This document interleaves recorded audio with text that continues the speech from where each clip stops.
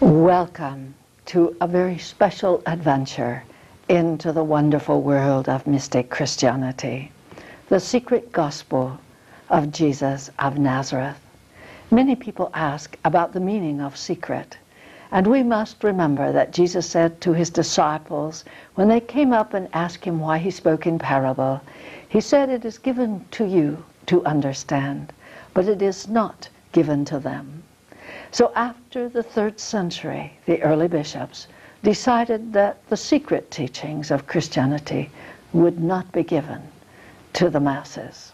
This is one of those lost series that comes from the archives of the Roman Vatican. But its most important contribution to mankind is to help him to understand how he can transform himself from human to divine. I'm your hostess, Elizabeth MacDonald Burrows.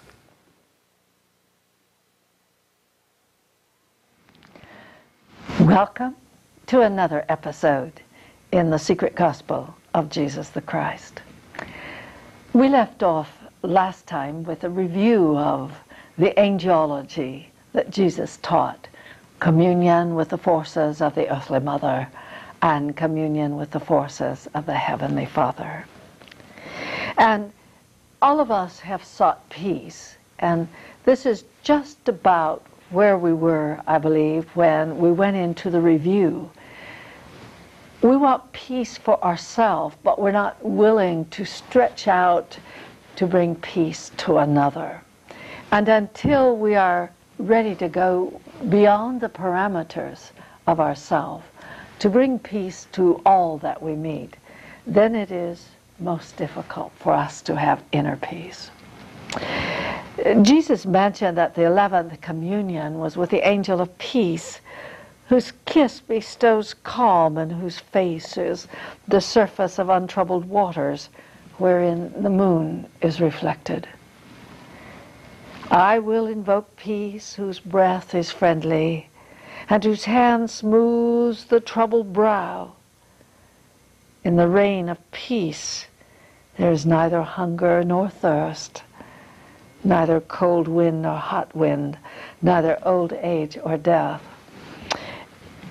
And we probably wonder what he means by this, but primarily when we have overcome what we classify the degree of opposites, meaning that if you can love cold weather as much as hot weather, if you can look at death as you look at birth, with the same enthusiasm, the same perhaps, I won't say excitement, but understanding that both birth and death are a natural part of nature, and that it is as wonderful to leave Earth having finished the role that we have to finish at this period in time, as it is to be born into that new adventure which awaits the infant who has just been born. But we are prone to be a person who bounces back and forth with what we classify that the knife edge of opposites. We either hate or we love. We either like hot weather and hate cold weather. We hate death but love birth. And so as long as we have this opposite, there can be no peace, because that means we have within us those feelings and emotions and anger that separates us from the world of peace. So we have to seek to have peace with our neighbors, with our family, and with our fellow man. And this is one of the reasons we've been going through the sevenfold path of peace, which of course the last one is union or peace with the Heavenly Father. So this peace that we are seeking, it said, in the reign of peace there is neither hunger nor thirst, neither cold wind nor hot wind, or old age or death. These teachings are so much like the Eastern teachings of the Bhagavad Gita, in which Arjuna, who represents you and I, mortal man, corporeal man, is raised that great Krishna consciousness within him, and it is termed in the East, that great light consciousness in us, as Krishna. We call it Christ consciousness, but in the East it's known as Krishna consciousness, that divine light that is within us. And so Krishna, or rather Arjuna, having raised this great divine light, has, and he is claimed to be a great warrior, an archer. And so Krishna now takes him to that battlefield. And that battlefield, of course, is the soul that is caught between the world of the spirit and the world of the matter, the same place that the great Armageddon is fought. So he takes him to the battlefield, and he shows Arjuna all of his, the army of the Pandavas and the army of the Kauravas. Well, the army of the Pandavas represents all of the good forces that the good things and good deeds that he has done. Over here in the army of the Kauravas, of course, he has done the adverse things, the violations of natural and cosmic law, his attractions, his affinity for the corporeal world and his desires. So the army of the Kauravas, of course, is so much larger than the army of Pandava that Arjuna sits down and refuses to fight. And so is Krishna, that Krishna consciousness in him, is teaching him the reasons why he should make this noble fight. Among them are those lessons of when pleasure and pain are the same, when hot and cold are the same, and when old age and death are the same. And so this, again, the mutation of the law of opposites. But to him who has not peace with his soul, there is no peace within to build the holy temple. For how can a carpenter build in midst a whirlwind? And for most of us, the mind is like a great tornado that just tears us to pieces and begins its destruction on the cerebral spinal system that we have spent so many millions of years in developing. And we talk about stress. Stress is doing this to me. Yes, the mind, unless it is controlled, shall produce stress. And stress shall produce diseases. So it's absolutely necessary to learn to have some control over the mind and over what we think, so that we can still that mind and it doesn't run away with us like a rampant horse in front of a carriage that has no driver. The seed of violence can reap only the harvest of desolation, and from the parched clay can grow no living thing. So Jesus has pointed out here that as long as we have these seeds of violence, hatred, anger, discord, judgment, then we shall not have peace, and nothing living can grow there, meaning nothing that is of great value, that seed of greatness that is in us, which opens the doorways to the wonderful world of the teachings of the masters, the great classical music of the composers.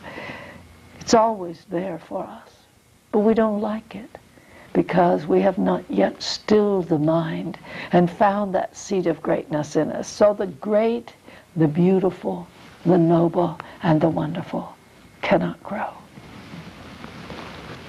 Seek ye then the angel of peace, who is as the morning star in the midst of a cloud, as a moon at full, as a fair olive tree budding forth fruit, and as the sun shining on the temple of the Most High. Peace dwells in the heart of silence. Still we are in our meditation and our communions. Beyond time and beyond space and beyond the boundaries of those things that even we cannot see, till we reach that infinite stillness that has created everything. Because our Creator dwells in that perfect state of consciousness in which the plan manifests. And he, if for lack of better words, is in that perfect state of meditation and contemplation, that by his will all things become manifest. Seek the angel of peace in all that lives, in all that you do, and in every word that you speak.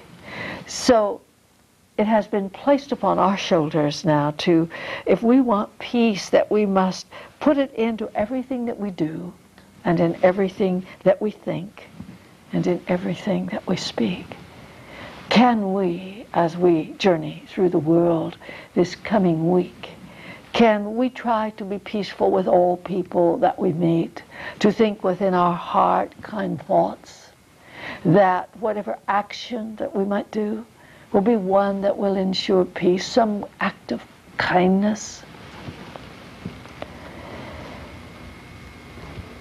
I paused here a moment because I came across the word kindness. I have found that in being kind to people, that it is returned 100-fold in so many unexpected ways. Little insignificant things of peace, little insignificant acts of kindness become great mountains. Once long ago, I received a letter from a croupier in a gambling casino in Ghana, West Africa. He wanted information on the studies. I began to send him tapes. I expected no return. He then got 3 more people, and I'm sending tapes and study material to 4 people. Today, Africa, we have 3,000 students and 15 centers, all because of a kind deed done to a croupier in a gambling casino so many years ago. Yes, the little act of kindness can reap such harvest, and that harvest you never know when it will come or when it will hit, but it will. And I promise you it's always much greater when it returns than the small amount you gave in the first place. Even if you are kind to drivers on the freeway, you are courteous. When the time comes for you to need courtesy, like getting onto the freeway, someone will let you in. God's world is so precise in the law of cause and effect that even the kindness, understanding, and courtesy we give a fellow driver shall come back to us. For peace is the key to all knowledge. How can we sit and read great books of wisdom if our mind is in such a tremendous unrest that we cannot concentrate? We will try to escape our mind by getting some piece of fiction or playing some computer game, something that does not build the greatness in us, but something that enables us to escape the torment of our mind. So peace is the key to all knowledge, and is the key to all mysteries, to all life. Where there is no peace, there does Satan reign. We often think that peace must be given to us by others. We go around demanding from people that they shall be peaceful with us. It is not for them to be peaceful with us. Peace must start with us. If we are peaceful to them and loving to them, in time they shall be peaceful with us and loving to us in return. And when we are that way, and someone declares war, one nation upon another, we shall all refuse to fight, saying, I shall not slay my brother, who may be of a different race or a different country. And where there are no soldiers, there shall be no war. And those of darkness covet most of all to steal from mankind his peace. Go therefore on this night to the golden stream of light that is the garment of the angel of peace, and bring back to the morning the peace of God that surpasses all understanding, that you may comfort the hearts of the sons of man. And it's peace with all life, and it was the custom of the ancient Essenes to ponder upon the crescent moon. And as you think of the night, and you envision the moon shining brightly overhead, the stars gleaming like a million doorways open to worlds we cannot see, worlds we have not yet traveled, then shall we feel that encroachment of the darkness, the peace that comes with night. For the children are still, the animals have curled up by the fireplace or in their beds. Husband and wives sit talking about the day's events quietly, a few moments before they prepare for bed. The traffic has lessened. And as the night wears on and midnight approaches, there is more of a hush over the world. I call it nocturne song of the night, but a certain quietness, and still overhead the beautiful moon. And as you breathe deep and you think peace, and you perceive a world of peace,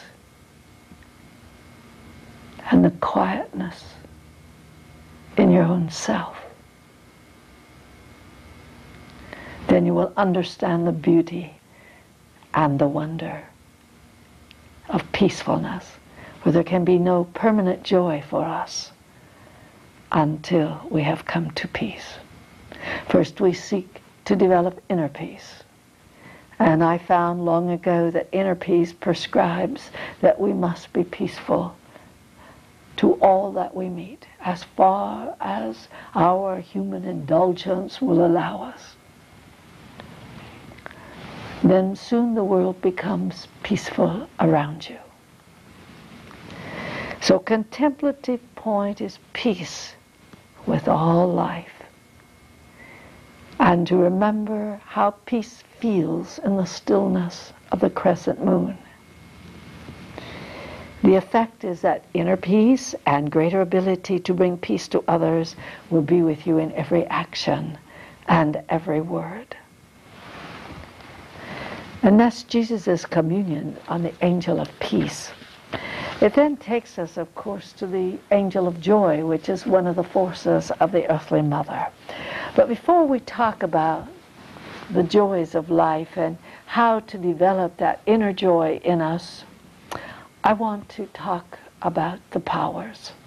And I must go to the scripture to open that doorway to the powers of which we are all so fascinated with. And I'm going, of course, to Corinthians and chapter 12, which is the very famous one about the spiritual gifts, which are all a part of the body of the Christ. Meaning that that light that is in all of us possesses all knowledge, all wisdom, and all power. This makes to us all powers available. We can go from the outside to the inside, and we can go to places that will allow us to learn the powers. And I'm not saying this is wrong, but I am saying that it is rather the slow way to develop the powers. And we can go to places where we learn wisdom.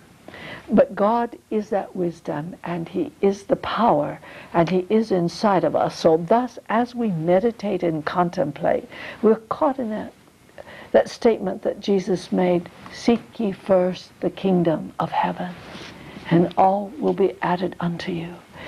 So do not be afraid that as you go to God, you're going to be denied those powers of discernment and healing and prophecy, because they are as much a natural part of us as drinking a glass of water.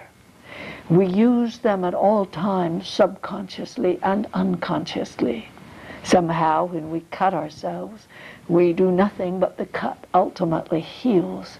The body finds a way of healing itself. Does it know how to heal? Or is it because instilled in it is that light that permeates our soul that causes the body to heal itself? So we have had these powers. We have not perhaps looked at them openly. Or perhaps we have taken them and looked at them openly, and rather than going first to God, we have sought the powers.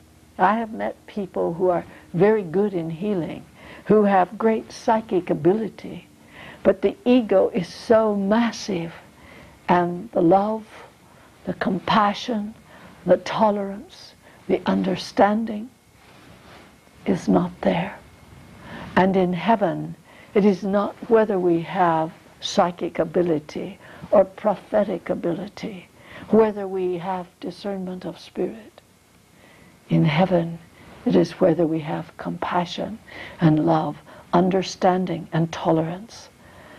Our ability to live in heaven, to walk among those great masters who have portrayed these, and particularly if we ever wanted to sit at the feet of Jesus, one of the things we would have to learn, or many of the things we would have to learn, would be those elements that build a great soul.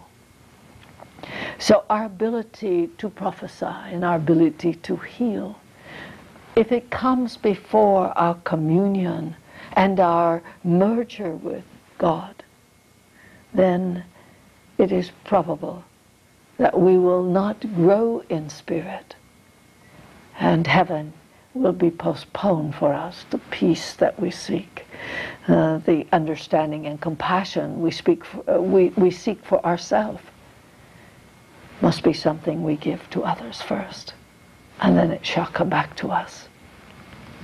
We as a human race, I'm afraid, sometimes we're quite self-centered. And that's natural to be so. I believe I've mentioned it on other shows that self-will is a reflection of being aware of the self. And awareness of the self is that protective mechanism that has protected the human race for millions of years. Because the human race and its attention to the self is one step up from the very instinctive nature that preserves animal life. And the primordial law of creation is preservation. So we will struggle to preserve ourselves. And it was designed that way. But nevertheless, we have come to a point now where we want to give up self-will, develop divine will, and where we want to get rid of those things that bring to us war and unhappiness and separation and misery. So in chapter 12, Paul, who illumined on the road to Damascus and was a master initiate, as we would think of a Christian master initiate, talked about these spiritual gifts and powers that just automatically come as we start merging in oneness with God through this great indwelling Christ. He said, "Now concerning spiritual gifts, brethren, I would not have you ignorant." And that's why we're talking about them today. "You know that you are Gentiles carried away unto dumb idols, even as you are led. Wherefore I give you to understand that no man speaking by the Spirit of God, of course, called Jesus accursed, and that no man can say that Jesus is the Lord but by the Holy Spirit. Now, there are diversities of gifts, but the same Spirit, meaning, as I have told you, the Spirit of God is in all of us. Christ consciousness, if we wish to call it that, is in each and every one of us, and it holds the powers all of the powers. And contrary to what Paul is saying here, I will say we are not limited to one power. We possess them all.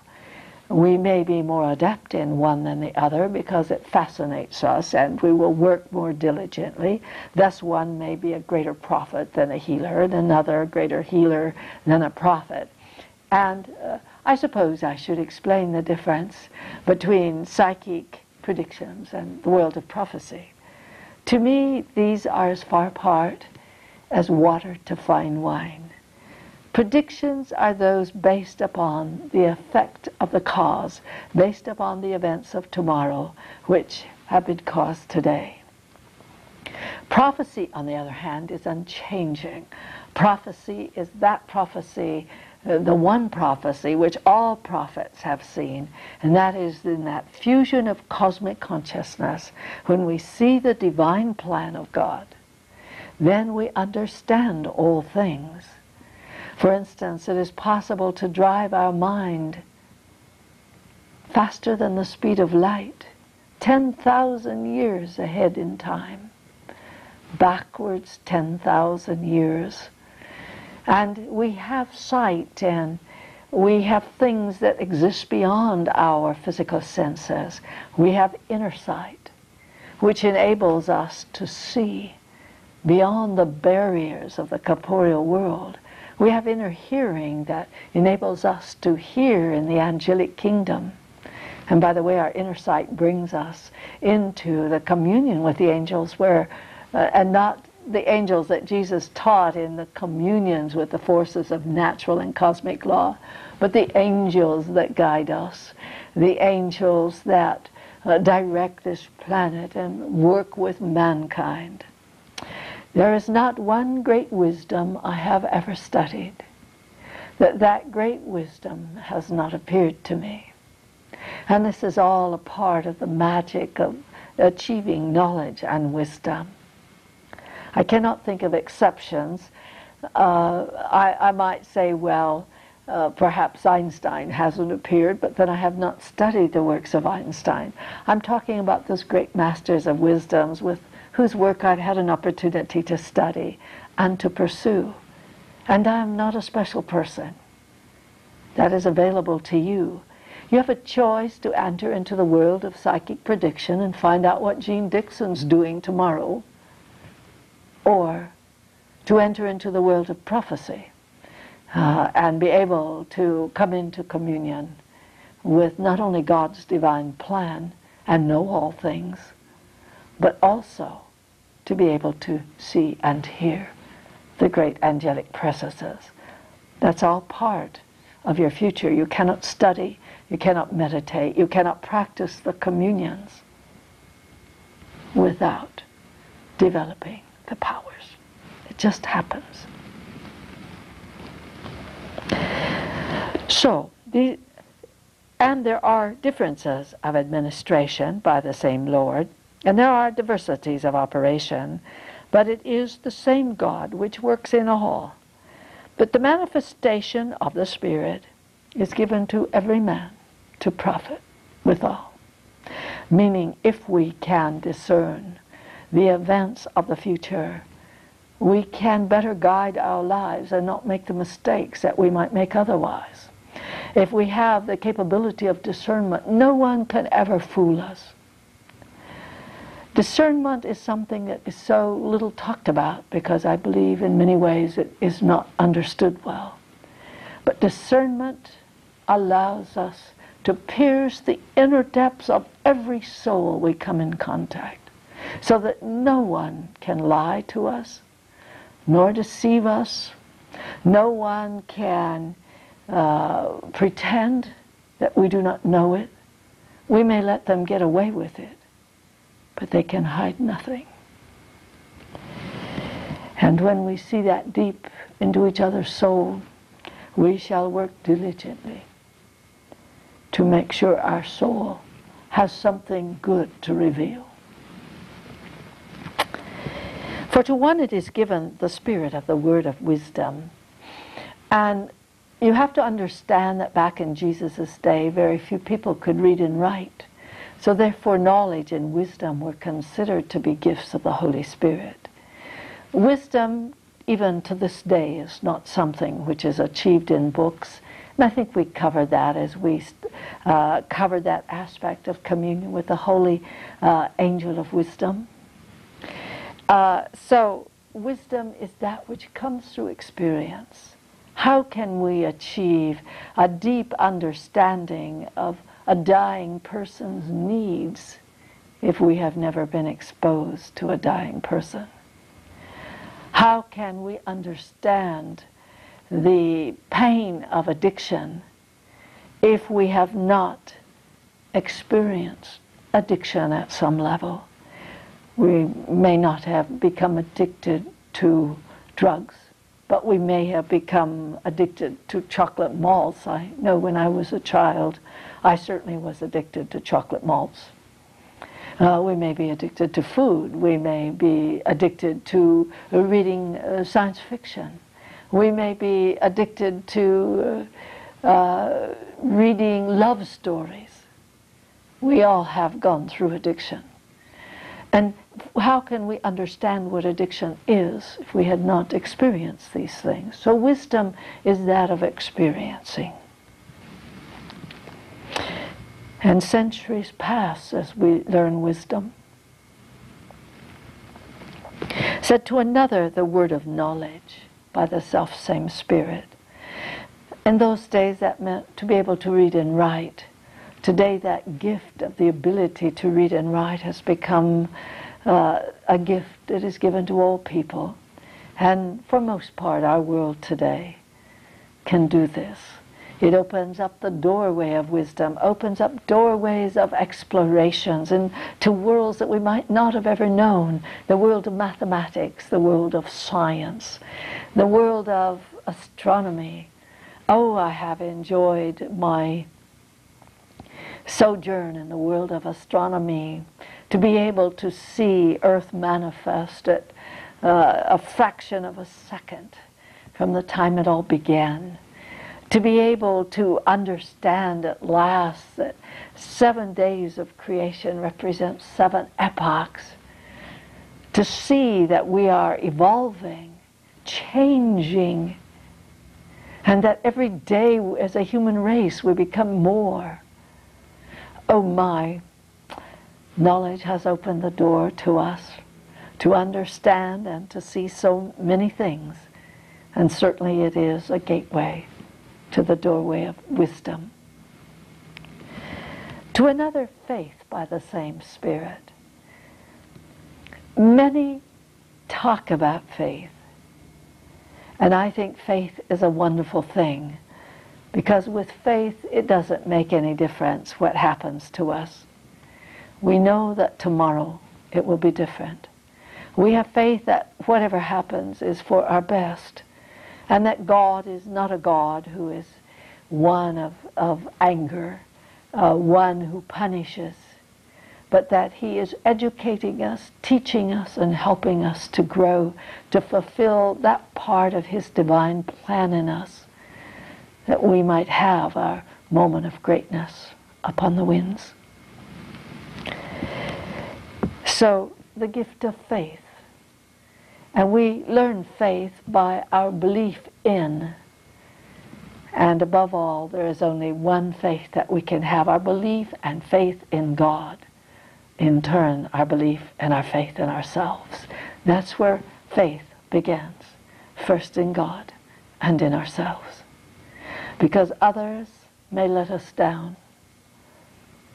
Homes may disappear. Friends may be a friend today and gone tomorrow. But that faith, that what we have experienced, is for our education, and our faith in knowing that that power in us will give us the strength to surmount every inevitable odds. Therein lies the greatest of our strengths. The gift of healing by the self-same Spirit. I stop here for a moment with healing to explain to you that we have many levels, not only of healing, but many levels of wisdom. To one, wisdom might be just simply the ability to read. Another one, wisdom might be the ability to discern how a grain of wheat becomes 20 grains. So those are two levels of wisdom. Healing is the same way. We can heal by the touch of our physical body. We can heal, as a doctor may give medicines in the human world. We can heal through our feelings, our mind, mental healing. We can also heal by through the levels of not just only mental healing, but various healing forms have taken place, as like auric healing, auric balancing, things like this. And we have spiritual healing. And of course, like the world of prophecy, healing at the lesser level compared to spiritual healing is like water to fine wine. The ability to heal spiritually relies upon our ability to merge with God. In other words, as we lay our hands upon an individual, our mind should be focused not upon the individual alone, but upon God. And so as we perceive God, the universe of the stars, and we feel the power of the universe flowing through us, and we unite that person we're healing in that consciousness of our own unity with God.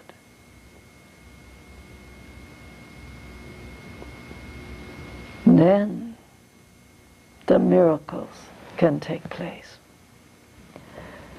If we have done a superb healing and the miracle has not taken place, there are numerous reasons why that happens. One is that person has no faith. In other words, the person will not believe that they're healed. So they, in a way, they do not accept the healing. Why is that? God is in them.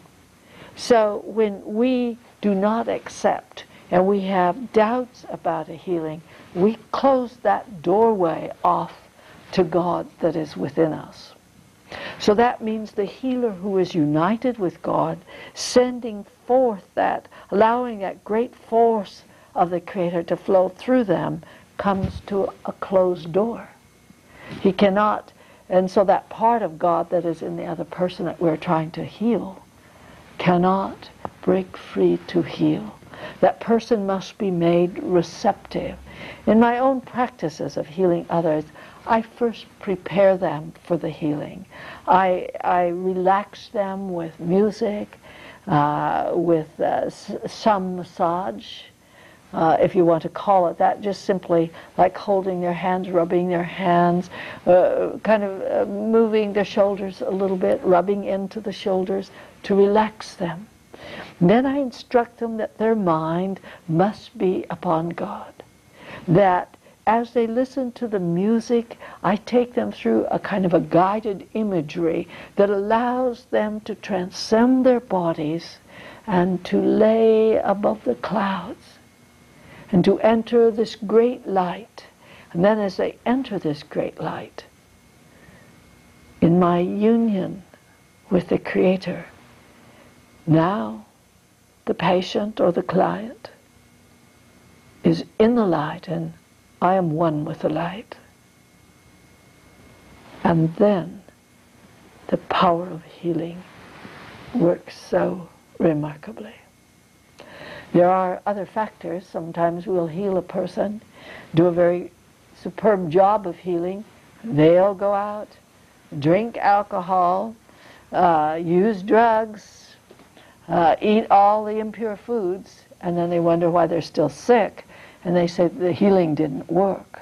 Well, the healing didn't work because it was blocked by those forces that come in through the lesser world, like For instance, a person sick needs to eat a lot of green things and leafy things and salads and things like this. Well, when we don't leave that doorway open for the healing forces of nature as well as God to work, to join heaven and earth, then the body becomes ill again. One, it hasn't learned the lesson, and two, it has again closed the door to the very healing powers which can nurture it. So our lack of faith sometimes, sometimes we'll do a healing, say, on a person who has cancer. We did this not too many months ago. A person was dying of cancer, and of course, whenever there's a death situation, we try to work much harder with that person.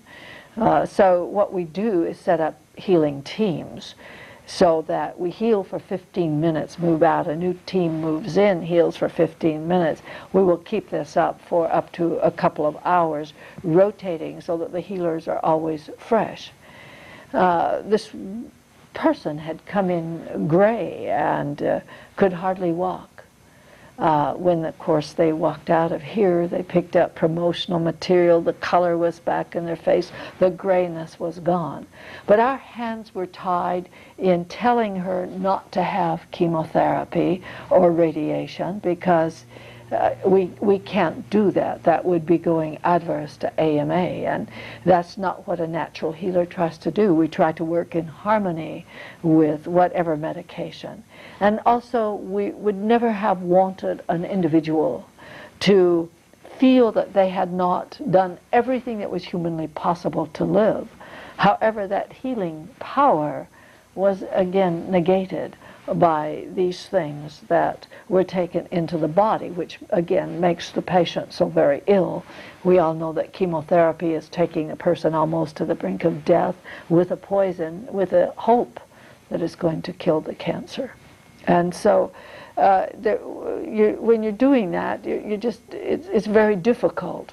And we're not saying that a miracle couldn't have happened.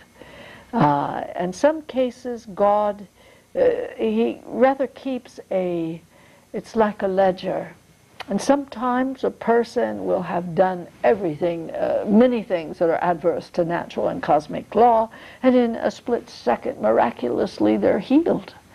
And you say, why? And it's because they've done so much good for someone, someplace, somewhere, and now in their time of need, God grants them healing. But you have to remember what Jesus said to those that healed: go and sin no more. I mean, don't go back to the practices you were doing if you want to stay well. Because if you're going back to the very practices that made you sick in the first place, you're going to get sick again. And herein is the fallacy of many people becoming ill again after a healing. They go back, I'm healed now, fine. I can go back to my old way of life. And that old way of life is what brought that illness in the first place. So sometimes on occasion I'm known to tell a person to first go and purify the body for 90 days. If this person doesn't want to, I feel that this person doesn't really want to be healed. And purify the body means to go and to eat right and to change the way they eat it. I usually counsel them in a gradual process of changing their diet, so it doesn't come all at once. I remember a girl came to me one time and she said, my mother has cancer and she wants you to heal her. And I said, when your mother was here, I told her that she had the potentiality for cancer. I told her that she would have to change her diet and that there were some herbs that she could take, and also she needed to go, of course, to her doctor to make certain she didn't have cancer. And so when I mentioned the diet, her daughter said, my mother won't do that. And I said, and I won't heal your mother. Primarily because I didn't feel that anyone who is not willing to make some of the changes necessary to live would deserve what it takes to heal, because often, and occasionally rather, after healing, I have had to carry the infirmity of that body, of that person's illness, myself, and transmute it out. In the old days, it was much worse, of course, than today, and it would take me 2 days to transmute or to get it out of my own system. Now with the union and oneness with God, instead of taking in, I've learned to allow it to flow out. But healing is a great gift, and it is a part of the world of tomorrow. And one day we will look back upon the things that we do in the world of medicine today, and they will be as obsolete as bleeding is kind of obsolete today. So healing is a power that we all have. We all have the capability of healing. The more you use it, the more you train yourself, the more you practice your one with God, the more powerful you will be. But even yet, I'm no match for someone like Jesus, who had stilled his mind perfectly, was in perfect fusion with the Heavenly Father. So, he said that to another, faith, to another, or the working of miracles, to another, prophecy. And prophecy to me is the tool that has guided my life. I was born with the ability to see or know the future. I don't know what it would be like not to have knowledge of that which is to be. It has helped me in the wisdom of counseling people who come to me, who are at the very end of the rope and say, I am so unhappy, I am so depressed, I am so sad, I don't know where to go, I feel there must be something more to me in life. If we had not the combination of prophecy and discernment, how would we be able to reach inside that person and show them the talents they have, and to show them what they could be, and to show them how to take those steps out of this world of sorrow and to move their feet in the direction of their own greatness? People do prophecy and they do healing without the ability to discern. Because if, for instance, someone comes with a healing, they're depressed, we lay hands on them. But maybe that healing is emotional. Maybe it has to do with the mental state. Maybe it has to do with memories of when they were young and they cannot even remember them anymore. Of what value is it to lay our hands upon them? In a couple of days they will be depressed again. I remember one time I was driving between Portland and Seattle, and I picked up a young girl about 12 or 13 years old, and I had stopped to pick her up because I knew she was safe with me, and I was afraid that maybe she would be in grave danger if someone else picked her up. So I picked her up, and we're driving along, and she didn't say anything. I didn't say anything. I said, so, at least I didn't say anything for a while. I said, so, you are planning on taking your life? I said, that is rather ridiculous. Of course, she was stunned that I had pulled this out of her, and we began to talk.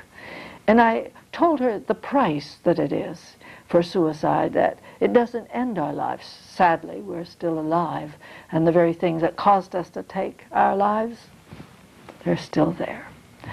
And so by the time we got to Seattle, she was a much different girl and ready to go on with her life and return home, if I remember correctly. What would laying the hands have really helped that girl?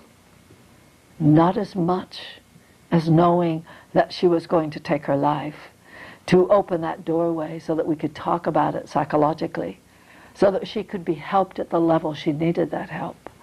Because many of our illnesses, or some of our illnesses anyway, are manifest because of the trouble that is inside of us.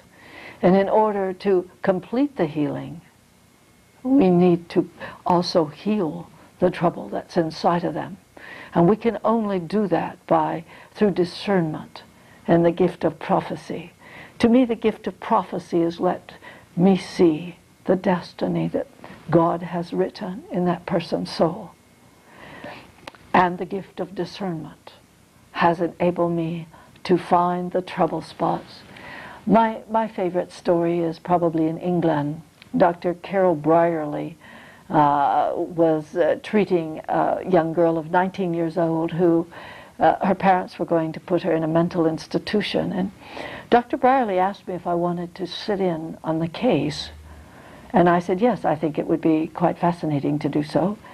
So after we got to Dr. Brierley's office and met with the girl, Dr. Brierley said, I have several errands to run, and I'll be back later.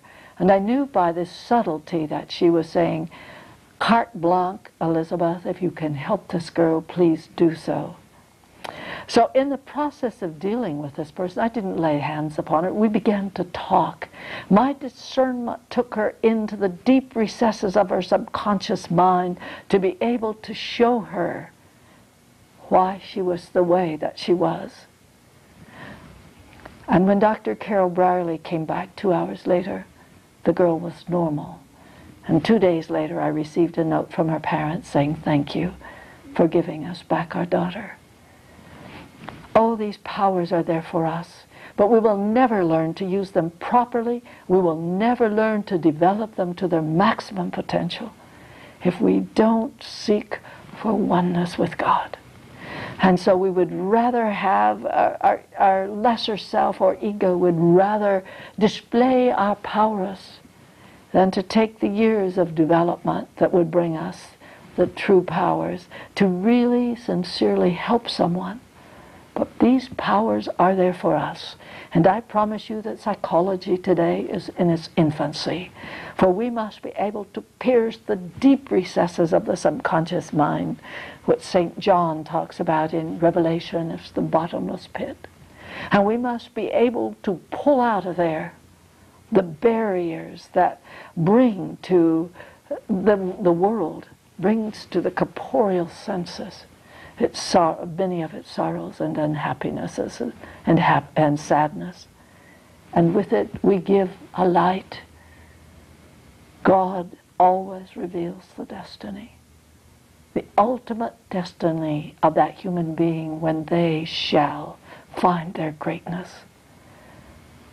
Ah, these gifts are wonderful. And other divers of kind, tongues unto another, the interpretation of tongues. And of course to me the tongue is the true ability of the tongue is not to speak in a language that is unknown by others, but to speak in a language to help all to understand, like the great spiritual truths, to be able to interpret them as they have been given and handed down by the great masters. Each and every one of you will develop all of these powers as time goes on. I hope that you will turn toward our Creator, to our Heavenly Father, and that you will learn to use them as wisely as He has taught me to use them, and as wisely as He will continue to teach me. So for as the body is one and hath many members, and all the members of that one body, being many, are one body, so is Christ, and by one Spirit are we all baptized into one body, whether we be Jews or Gentiles. Join me for the World of Joy next week.